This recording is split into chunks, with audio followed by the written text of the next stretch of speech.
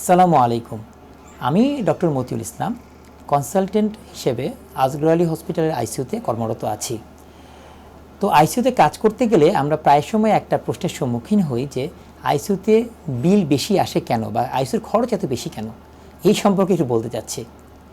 ICU হচ্ছে হসপিটালের এমন একটি অংশ যেখানে আমরা মুমূর্ষু রোগীদেরকে রাখি, এবং এই অংশে মুমূর্ষু রোগীদের সমস্ত মনিটরিং, ছোটোখাটো ডায়াগনস্টিক এবং থেরাপিউটিক জন্য যা যা অপশন লাগে সেই সব অপশন রাখতে হয়। এখন এই যে মেশিনপত্র যে আমরা ব্যবহার করতে হয়, এবং এগুলো যে ডায়াগনস্টিক যে মানে ইনভেস্টিগেশনগুলো প্রচুর আমাদের করতে হয়, এর ফলে দেখা যায় কি আইসিইউতে, বিশেষ করে যেই আইসিইউতে পেশেন্ট যখন প্রথম দিন যখন আসে মুমূর্ষু রোগী, তখন তার লাইফ থ্রেটনিং কোন রোগটা আছে সেটাকে পিন পয়েন্ট না করলে তার সুষ্ঠু চিকিৎসা করা যায় না। এই জন্য তার একটা ব্যাটারি অফ ইনভেস্টিগেশন, অনেকগুলো পরীক্ষা একসাথে করতে হয়। এই জন্য দেখা যায় যে প্রথম দিন, দ্বিতীয় দিন বিশেষ করে অনেক বেশি ডায়াগনস্টিকের উপর পরীক্ষা চলে আসে, এবং প্রথম দিন থেকে আরেকটা খরচ শুরু হয়, যেটা হচ্ছে যে তার চিকিৎসা সংক্রান্ত কিছু ওষুধপত্র, সেটা অনেকটা হিউজ থাকে। নর্মাল একজন পেশেন্টের যদি একটা দুটো ওষুধ লাগে, দেখা যায় আইসিইউর রোগীদের আপনার 10-12টা ওষুধ লেগে যেতে পারে, এমনকি 2-3টে অ্যান্টিবায়োটিকও লেগে যেতে পারে। এবং প্রায় সময় দেখা যায় এই অ্যান্টিবায়োটিকগুলো অনেক দামি হয়ে যায়, ওষুধপত্রের দামটা অনেক বেশি থাকে। তো এই জন্য ওষুধের একটা খরচ চলে আসে, ইনভেস্টিগেটের ওষুধ থাকে, ওষুধের একটা খরচ থাকে। এর বাইরে আরেকটা খরচ থাকে যে থেরাপিউটিক প্রসিডিউর আমরা করতে হয়। ধরুন আইসিইউ পেশেন্টদের কিছু কিছু ছোটোখাটো সার্জিক্যাল প্রসিডিউর করতে হয়, যেমন একটা লাইন করতে হয়, ক্যানুলা করতে হয়, স্পেশাল ক্যানুলা করতে হয়। তারপর ধরুন আপনার কিছু অনেক সময় আইসিইউ পেশেন্ট ডায়ালিসিস লাগে, অথবা ধরুন একটা পেশেন্ট লাইফ সাপোর্ট লাগলো।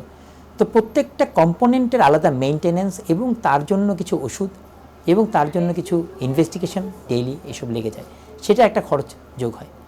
আবার আরেকটা কথা না বললে নয়, আসলে হোল আইসিইউর যে বেড ভাড়া, এই বেড ভাড়ার মধ্যে আমাদের কিছু খরচ আমরা ইনক্লুডেড হয়ে যায়। যেমন ধরুন এই যে মেশিনপত্র, কিছু মনিটরস আছে, সেগুলোর খরচ বেড ভাড়ার মধ্যে থাকে।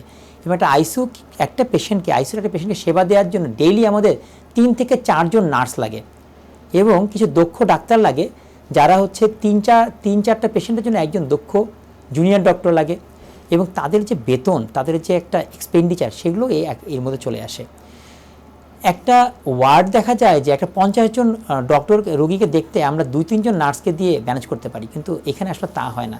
অনেক টেকনিশিয়ান লাগে, অনেক ইকুইপমেন্ট লাগে, সব কিছু মিলিয়ে খরচটা বাল্কটা বেশি এসে যায়।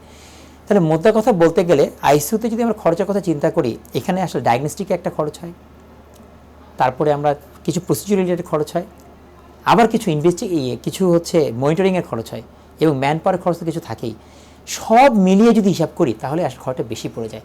তবে একটা কথা আমি না বললেই নয়, আসলে আমরা যখন চিন্তা করব যে আমরা ওয়ার্ল্ড স্ট্যান্ডার্ড ট্রিটমেন্ট অ্যাভেল করতে যাব, তখন আসলে যেই পরিমাণ খরচ হয় অন্যান্য দেশের তুলনায় আমাদের খরচ আসলে খুব বেশি হয় না।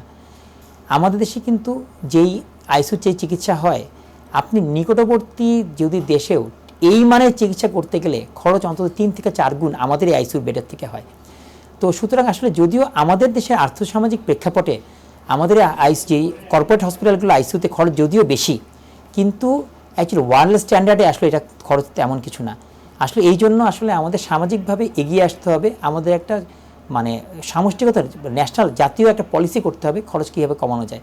কিন্তু আমি ওভারঅল ব্যাখ্যাটা আমরা যদি বুঝতে পারছি, আসলে আইসিইউর পেশেন্টদের খরচ আসলে অনেকগুলো হয়, খরচ বেশি হবে, কিন্তু এই খরচটা আমাদের জনগণ কীভাবে বিয়ার করতে পারবে, তার জন্য একটা ওয়ে আউট বের করে নিয়ে আসতে হবে। ধন্যবাদ।